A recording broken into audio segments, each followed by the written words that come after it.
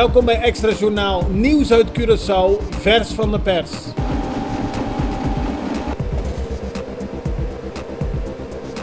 En dit is het nieuws van vandaag.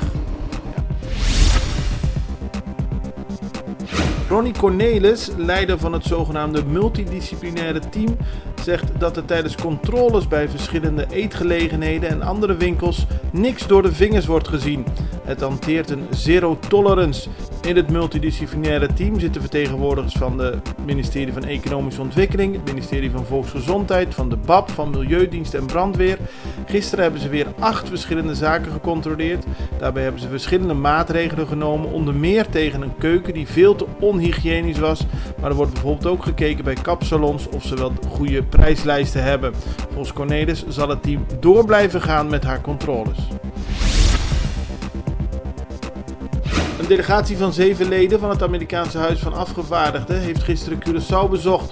De delegatie had verschillende gesprekken, onder meer met de Curaçaose minister-president en met ministers van Justitie en Financiën. Ook met leden van het Curaçaose parlement is gesproken en met vertegenwoordigers van de Refineria di Curaçao. Er is gesproken over de crisis in Venezuela, de gevolgen daarvan op de raffinaderij en de rol van Curaçao als humanitaire hub voor hulpgoederen aan Venezuela. De 53-jarige Geraldino Martina ontkende gisteren tijdens een proforma-zitting dat hij ook maar iets te maken heeft met de moord op Alwin Bremer. Die werd op 29 januari van dit jaar dood aangetroffen op Bahia Beach.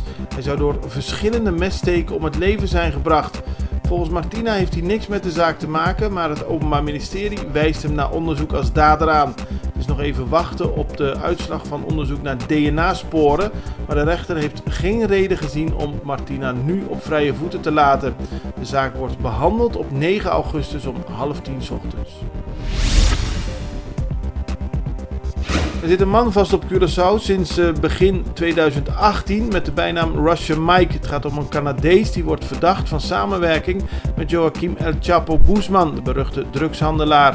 Russian Mike kan nu uitgeleverd worden naar Amerika. Dat is bekend geworden nadat hij de afgelopen periode heeft geprobeerd die uitzetting tegen te houden. Russian Mike wordt ervan verdacht miljoenen kilo's drugs te hebben gesmokkeld van Mexico naar Amerika in opdracht van El Chapo.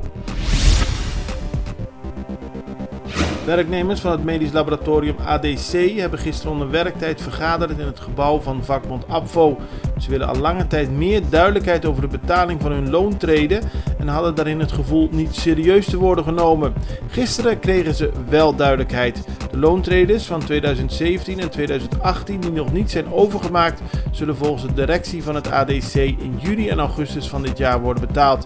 Daarmee zijn de werknemers akkoord gegaan en is de vergadering onder werktijd beëindigd. Gisteren vond een leuke wedstrijd plaats van mensen die met elkaar gingen strijden op het gebied van de culinaire kunsten. Er waren junior chefs en senior chefs die tegen elkaar strijden in het gebouw van de Marnix College. Uiteindelijk moet de winnaar de Premio Chowin Broertje Marshall prijs krijgen en die wordt uitgereikt voor de eerste keer op 14 mei van dit jaar.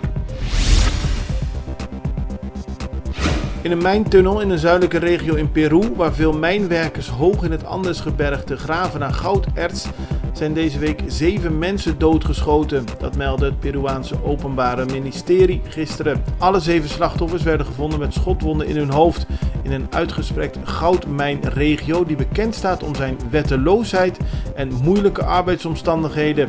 Volgens lokale media zijn er regelmatig schietpartijen, overvallen en moorden in het gebied. Er is weinig toezicht op de mijnbouw en weinig politie. Dit was Extra Journaal met nieuws uit Curaçao in het Nederlands elke doordeweekse dag. Tot de volgende keer.